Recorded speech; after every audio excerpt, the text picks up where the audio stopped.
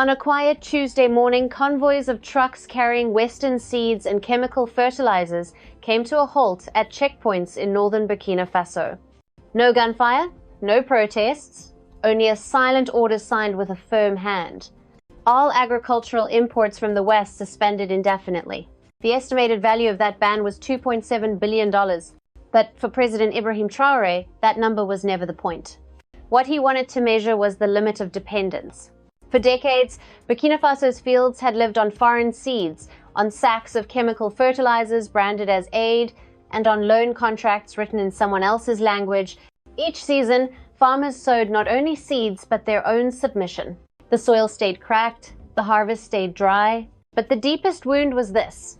They no longer owned the right to decide what grew from their homeland's earth. When the right to plant is bought, freedom is sold. And then, on that morning, a small nation in the heart of the Sahel said, "Enough. No banners, no declaration of war, just one decree and a will called sovereignty." Western media called it reckless, but across Africa, people called it something else. The battle to reclaim the soul of the land. Because this was never just about agriculture. It was about dignity, about the right to plant, to fail, to feed your children with the seeds of your ancestors, about standing tall and saying to the world, "We don't want aid, we want the chance to grow." Images flooded social media, border guards sealing containers, farmers waving flags, sunburned faces breaking into proud smiles. And in the capital, Ouagadougou, President Ibrahim Traoré appeared before the cameras dressed simply in his brown uniform, holding a handful of ancient millet seeds. He spoke slowly, each word carving itself into the air. "We will plant the seeds of our ancestors, not the ones imposed by the West." 21 words. They became the anthem of a continent echoed on radios, in prayers, on market banners, and in the eyes of those long tired of bowing to the conditions of aid. Because this war is not fought with bullets. It unfolds on the soil, the same soil that once nourished them and once betrayed them. A war between memory and amnesia, between old seeds and new promises, between freedom and convenience. And the wind of the Sahel carries a question. Can Burkina Faso feed itself without the West? Or will freedom come at the price of hunger? No one knows. But millions across Africa, from Bamako to Accra, from Lagos to Nairobi, are watching. Because they understand one thing. Sometimes, a banned seed can become the symbol of a continent learning to stand tall again. In the days following the decree, the air in Burkina Faso felt strange. No protests, no chaos, just a peculiar kind of silence. The silence of a people beginning to understand that they were stepping into an experiment unlike anything they had ever known. In the region of Kaya, warehouses filled with imported fertilizers were sealed shut. Government trucks rolled in, loaded with sacks of ash, straw, and animal waste, distributing them to cooperatives. People called it free fertilizer, something no one could sell, regulate, or tax. On national radio, the announcer repeated the same message every morning: plant with your soil, not with your fear. Across the Sahel plains, thousands of farmers, young and old, gathered in village squares carrying forgotten bags of ancestral seeds. A new ritual began to take shape. They burned expired packets of Western seeds, then shared handfuls of native millet, sorghum, and cowpea, the same crops that had once fed an entire continent before aid arrived. A man named Yakuba, 62, told a local journalist, "My father grew this millet. He raised 12 children without ever needing chemical fertilizer. We forgot his way, but today we'll learn again." The photograph of Yakuba's withered face, his cracked hands lifting seeds toward the sky, spread across social media. In his eyes, people saw not just memory, but the return of dignity. The government called it Operation Green Sovereignty. 3 goals were announced: restore 1 million hectares of land, revive native seeds, and build 3 centers for organic fertilizer production. Young engineers from the University of Ouagadougou volunteered to move to the countryside, teaching farmers how to make biofertilizer from volcanic ash, leaves, and livestock waste. On rural radio stations, folk songs mixed with government slogans. Burkina Faso and Mali. The earth is our mother, and a mother needs no aid. But beyond the borders, waves of reaction began to rise. Western media warned of an impending famine. A leaked IMF memo described Traoré's decision as a dangerous act of agricultural nationalism. International experts predicted Burkina Faso's economy would collapse within 6 months. Inside the country, however, the opposite was happening. In small villages like San Matenga and Wahiguya, there was no panic. Farmers met in circles, exchanged advice, and traded seeds. Young people who had once left for the cities began returning, bringing their phones and cameras, documenting every step of this new planting season. Short videos under the hashtag number #GrowWithYourSoil flooded the internet, turning farmers into the storytellers of their own revolution. Across the nation, seed libraries reopened. Thousands of ancient seed packets, labeled in faded handwriting, were laid out under the sundae. Elders taught the youth how to tell good seeds from bad, how to keep moisture using kitchen ash, how to read the sky for signs of rain. It wasn't technology being revived, it was ancestral memory. President Ibrahim Traoré appeared again on national television, his voice calm and steady. "We are not against anyone. We simply wish to stand on our own feet. Independence has never been easy. It is always costly. But the real question is, who will pay and for what future?" That sentence spread across Africa in hours, becoming the week's most shared status among the diaspora. And as the sun set over the Sahel, something remarkable began to happen. Across the dry fields, thin trails of smoke rose from pits of fermenting compost, drifting into the wind like the breath of the earth coming back to life. The war had no gunfire, but a nation had begun to sow the seeds of freedom. 3 weeks after the ban, Burkina Faso suddenly became the glowing center of the world map. From Brussels to Washington, closed-door meetings filled with reports packed with phrases like risk of collapse, food shortage, political instability. But in Ouagadougou, what people saw was entirely different, a strange, calm, almost defiant in its stillness. Imported food prices had doubled overnight. A sack of rice from Thailand now cost twice as much, cooking oil had vanished from the shelves, and long lines formed outside storage depots. Yet there were no riots, no broken windows, no mobs in the street. An old man at the Ubertenga markets told a French reporter, "We have been hungry before. But hunger for freedom is not the same as hunger for fear." On national radio, Western news segments were abruptly cut off, replaced by drums and folk songs. The host's voice rang clear, "This is not a crisis. This is a nation's rite of passage." But the world would not stay quiet. A leaked IMF memorandum described Traoré's decree as a destabilizing act against the global aid architecture. In Brussels, EU delegates clashed over whether to impose an export ban on Burkina Faso. A French journalist wrote in Le Monde, "The Sahel Desert is becoming the silent battlefield of the 21st century where the right to control seeds is more valuable than oil." In New York, American TV channels hosted emergency panels asking, "Burkina Faso, agricultural experiment or the spark of an African uprising?" Meanwhile, inside the country, people began to feel the weight of the decision. In the southern regions, crops showed signs of disease from the lack of chemical pesticides. The rains came late. Farmers used ash and crushed herbs to protect their fields. Yet at night, around fires under the open sky, they still sang the old songs of Thomas Sankara's era. The words "La patrie ou la mort," homeland or death, rose again, chanted by a younger generation with low, unwavering voices. Western leaders began to realize that what they once dismissed as a reckless act was turning into an organized movement. From Mali to Niger, groups of farmers sent open letters of solidarity to Burkina Faso. One handwritten note circulated widely online. "If they plant with their blood, we will water with our tears." On the 20th day after the decree, President Ibrahim Traoré appeared before the press, no podium, no uniform, just a plain brown shirt. He stood in a cracked field, lifted a handful of red earth, and said, "We have imported our hunger for too long. Today, we sow our memory." The speech was broadcast live across 13 African nations. Within hours, the hashtag number #WePlantFreedom climbed to the top of social media trends across the continent. In Mali, thousands of farmers marched with hand-painted banners reading, "Burkina tests, Africa follows." In Niger, Parliament debated a bill to ban Western seed imports altogether. The momentum terrified Western capitals. In Brussels, a classified meeting was held under a single title, Burkina Faso, Risk of Contagion. Outside the conference hall, an EU advisor quietly admitted, "If Burkina succeeds, we lose our last leverage in West Africa." That same evening, Ibrahim Traoré returned to national television. His voice was deep and slow, as if speaking not to his people, but to the soil itself. They say we will collapse. But if collapse is the price of standing tall, then let us fall on our own land. I day. The broadcast ended with a single unforgettable image. Traoré placed the handful of soil against his heart. For a moment, the entire country fell silent. And across Burkina Faso, people wept not out of fear, but because they understood something had changed. A nation had stopped bowing. As night descended over the Sahel, the wind swept through the bare fields, carrying the scent of new earth. There, between darkness and hope, Burkina Faso was no longer merely resisting hunger, it was planting its dignity.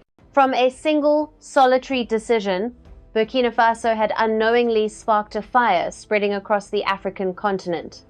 In Bamako, thousands of farmers marched through the streets carrying sacks of native millet, each labeled by hand. Burkina tested, African grown. In Niger, Parliament passed its first ever seed sovereignty resolution, banning Western corporations from selling patented products. And in Accra, Ghana, a group of agricultural students launched an online campaign called Seeds of Dignity. Within 2 weeks, it had reached 17 countries.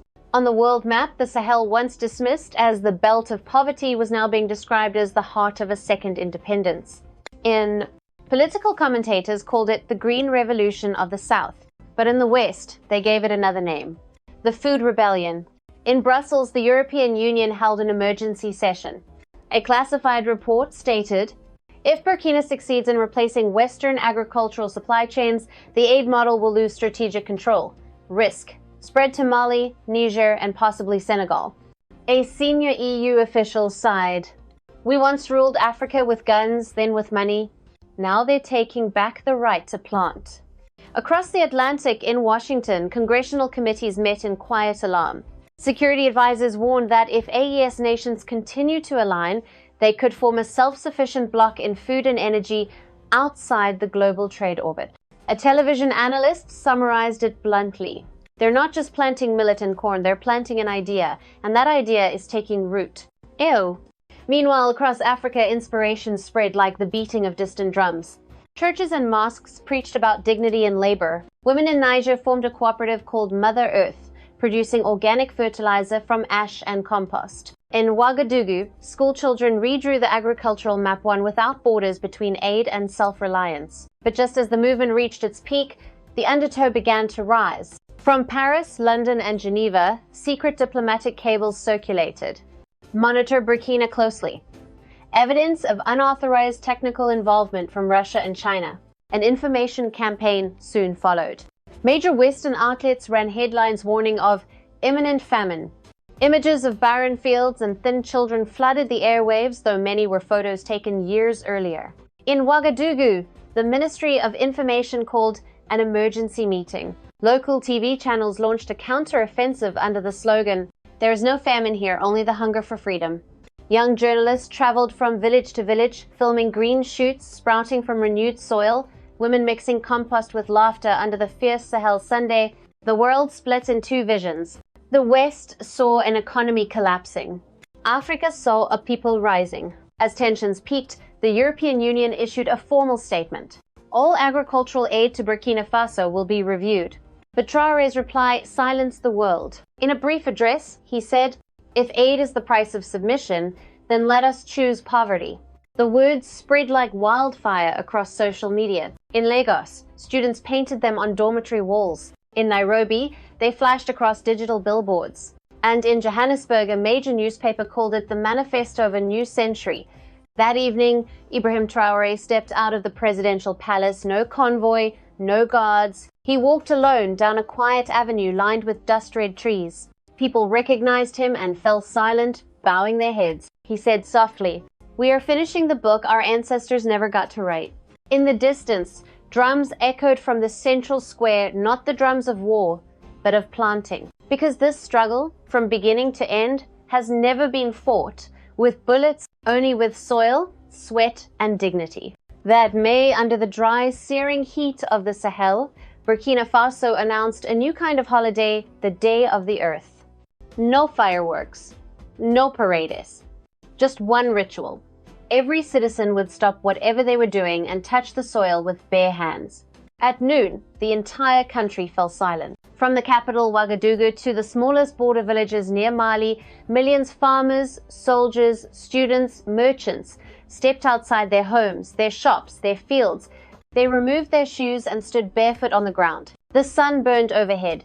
Red dust coated every footprint. No one spoke. Only the wind moved, whispering softly across fields of millet just beginning to sprout. It was no longer a political ceremony. It was a baptism, a confession before the earth that had been forgotten, forced to grow foreign seeds and drained by loans disguised as development.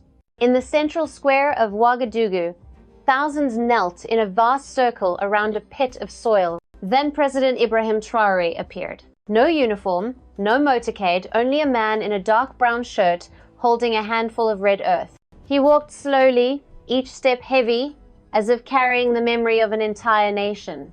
When he reached the center, he knelt, pressed his palm into the ground, and raised his head. His voice was quiet, but it carried through every loudspeaker in the square. This land has never betrayed us. It is we who betrayed it. The words struck like a hammer on the collective heart. In the crowd, people began to weep. An old woman sitting by the roadside clutched a fistful of sand with trembling hands. A young boy looked at his father, then at the president, and knelt too. It was more than a gesture of humility. It was a moment of reconciliation. National television broadcast the scene for 12 continuous hours. Burkina abroad in Paris, Dakar, New York watched the same image on glowing screens, a nation making peace with its own soul. By evening, Traoré rose to his feet, his hands still stained with earth, and declared, "We will live from what we plant. We will plant from the memory of our ancestors. And we will bow to no one except our mother, the earth." The square erupted not with slogans but with joy, the kind that comes when faith returns to a weary people. They understood now that the true revolution was not happening in parliaments or global conferences. It was happening beneath their feet, in every grain of soil being reborn. That night, every Western news outlet carried the story. A French newspaper wrote, "Burkina Faso has turned the earth into a religion and agriculture into a prayer." But to Burkina it was simply the day they stopped feeling ashamed of being poor. After the ceremony, farmers returned to their fields to keep composting and sowing. University volunteers held open-air classes on seed preservation. Children wrote on chalkboards set up under thatched roofs. The earth is our first school. And when the sun sank, painting the sky the same deep red as Sahel soil, Ibrahim Traoré remained standing there, a handful of earth still in his grasp. A journalist whispered to him, "Aren't you afraid the world will isolate you?" He smiled, eyes fixed on the dust-blurred horizon. "Isolation doesn't frighten me. Forgetting who we are does." And today, we remembered. That answer closed the ceremony, but opened a new chapter for Africa. For from that moment on, the world understood. Burkina Faso was not just planting crops. It was planting back the dignity of humankind. News of the Day of the Earth spread faster than any political broadcast. Within 24 hours, photos of barefoot Burkinabe standing on red soil flooded the internet. A commentator in Washington wrote, "I've seen protests against poverty, but this is the first time I've seen a nation declare, 'We are poor and that makes us free.'" End of. From north to south, the media could no longer look away. Emergency briefings were called in Brussels, Geneva, and New York. Economists and scholars who had long stayed silent now faced a difficult question. Can a nation step outside the global supply chain and still stand? The multinational agricultural giants struck back. The world's 3 largest seed companies announced they were reassessing operations in the Sahel. As experts were withdrawn, technical centers shut down, and research grants abruptly frozen. It was, in essence, a soft siege. An IMF analyst summed it up coldly, "No guns needed, just withdraw capital and you make a nation kneel." But this time, Burkina Faso did not kneel. The government pivoted swiftly, channeling gold revenues to import essential fuel, medicine, and farm machinery. At the same time, the AES alliance, Burkina Faso, Mali, and Niger signed a historic pact, the Sahel Corridor of Self-Reliance. Within weeks, the first convoys carrying organic fertilizer from Niger crossed the border, fully replacing European imports. To the west, Mali's biochar plants began operating, producing renewable energy for rural communities. The transformation baffled the world, a confidential EU report admitted. We are witnessing the emergence of an intra-African supply chain, something unseen in over 60 years. While Western capitals fretted, Beijing and Moscow responded differently. Chinese media hailed Traoré as the architect of a self-reliant age. Russia's headlines called him the Sankara of the 21st century. A Chinese biotech firm even offered to co-develop volcanic ash fertilizers. Traoré's reply was firm and public. We will not trade one dependency for another. The statement electrified African audiences. In the United States, independent think tanks began to weigh in. A Brookings Institution report observed, "What is unfolding in Burkina is not merely an agricultural crisis. It is the world's first national-scale experiment in post-globalization."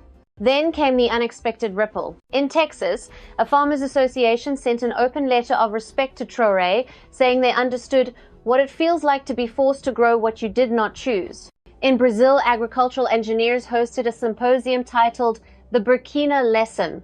In Ghana, youth newspapers ran bold headlines, "The soil remembers." Back home, the first rains since the ban finally fell. The drops hit the cracked fields, releasing a deep, earthy scent. Meteorologists called it coincidence. The people called it forgiveness. The millet sprouted not lush, not perfect, but alive. A young farmer in Ouagadougou said on national radio, "We may not have enough to eat yet, but we're planting what belongs to us." Across the ocean, London Stock Exchange recorded sudden declines in agribusiness shares. A financial journalist tweeted, "A small, poor nation just shook the foundations of global trade with nothing but a handful of soil." And so the world began to understand. Burkina Faso was no longer an experiment. It was a mirror. And the question was no longer, will they survive? It had become, when will the others dare to do the same? After the first seasonal rains, the Sahel seemed reborn. The sky grew clearer, the soil softer, and across Burkina Faso, tiny green shoots pushed through the red dust. No one had believed that after months of scarcity and pressure, people would still have the faith to plant again. But they did. And from the very land once called the world's driest hope, a signal of renewal began to echo across Africa. In Mali, groups of young cyclists traveled from village to village, carrying sacks of West African friends gifted by Burkina. Mali and Burkina Faso. They called it the journey of memory. In Niger, women's cooperatives gathered to pray under baobab trees, giving thanks for the rain and vowing to keep their soil clean, free of chemicals. In Ghana, local radio launched a new program, Grow with Dignity, where listeners shared stories of their ancestral gardens and the wisdom that once fed generations. Scholars began calling it the Traoré effect. It wasn't a policy. It was a wave, spiritual, economic, and moral. Universities in Lagos, Dakar, and Nairobi opened new courses on indigenous sovereign economics. Students arrived wearing t-shirts that read, "We plant freedom," as a proud declaration of identity. They no longer dreamed of working for global corporations. They wanted to become soil engineers, seed guardians, and stewards of their land. From afar, international observers struggled to understand. Some Western newspapers claimed that Africa was falling into an agrarian nationalist trance. End quote. But those who lived here knew better.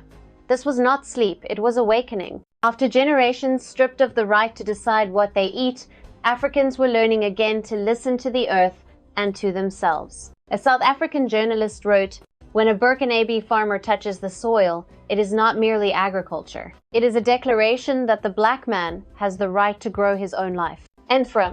In Senegal, elders began telling the youth stories of Thomas Sankara, who once said, "Whoever controls your food, controls your future." Now, they added a new line. "And whoever dares to plant the old seed is rewriting that future." From Dar es Salaam to Addis Ababa, African governments started reviewing their agricultural policies. Several announced plans to reduce Western fertilizer imports by 30% within 2 years. The AES alliance became the nucleus of a new development axis, one where small nations learned to trade with each other instead of begging for aid. What surprised the world most, however, was Burkina Faso's serenity. There were no parades, no triumphant speeches. People simply kept planting. A foreign reporter asked a farmer, "Do you think you've won?" The man shook his head and smiled. "We didn't fight to win. We just wanted to plow with our own hands." And that image spread around the world. An old man of 70, bent-backed and barefoot in the rice field, his young grandson laughing behind him. The photograph was titled, "Freedom's Harvest." In Nairobi, cafe discussions turned to the generation of the soil. In Accra, young poets wrote about the Sahel as if writing about a mother returned from exile. And in Ouagadougou, President Ibrahim Traoré, meeting with university students, said quietly, "We have learned that freedom does not live in treaties or banks. It lives in the seed. Whoever holds the seed holds the future." Applause filled the hall, not loud, but long. Not because the words were beautiful, but because they were true. They had already been planted in the heart of the land. For now, it was no longer just Burkina Faso. It was an entire continent awakening, a reborn Africa learning once more to stand tall with its hands in the soil. The sun was setting over the plains of the Sahel. Its final rays fell across the young millet fields, lighting up faces tanned and roughened by labor. Children ran barefoot, laughing around mounds of fermenting compost. Their laughter blended with the creak of wooden plows and the whisper of wind through thorn trees. Together, they formed a simple, wordless symphony of life, humble, raw, yet carrying something vast within it: dignity. After months of doubt and scrutiny, Burkina Faso had done what no one expected. It did not collapse. It did not break. It stood not on wealth, but on faith. Not by aid, but by its own hands. The first millet had sprouted. The first sweat had borne fruit. The harvest was not abundant, but every meal now carried a new flavor, the taste of freedom. One afternoon, Ibrahim Traoré stood before the camera, a green field behind him. He spoke slowly, each word like a seed pressed into the soil. The world once taught us that we cannot live without it. Today we teach the world that no one can live without dignity. That sentence became the anthem of a new era. From Detroit to Dakar, Havana to Hanoi, millions watched the clip and left the same comment: "We plant freedom." Brazilian farmers posted photos of their cassava fields captioned, "If Burkina can, so can we." In Japan, business journals called it a model for ethical supply chain rebalancing. Across Africa, people called it something simpler: the harvest of respect. Because what Traoré and the people of Burkina had revived was more than agriculture. It was the forgotten memory of humankind. That the earth does not belong to the strongest, but to those who honor it. That the right to plant, to fail, and to feed oneself is the most sacred right a people can hold. And from this small patch of Sahel soil, a message began to travel the world. Do not let the seed you plant bear someone else's name. Do not let your meal be a debt to another. And never bow your head just to survive. Because when you lose the right to plant, you lose more than food, you lose freedom. And when you dare to press your hands into the soil and sow with your own faith, you are not just growing crops, you are growing back your humanity. As night fell over the Sahel, lights flickered across the small houses, families gathered around bowls of freshly cooked millet. A child looked up and asked, "Father, what does this grain taste like?"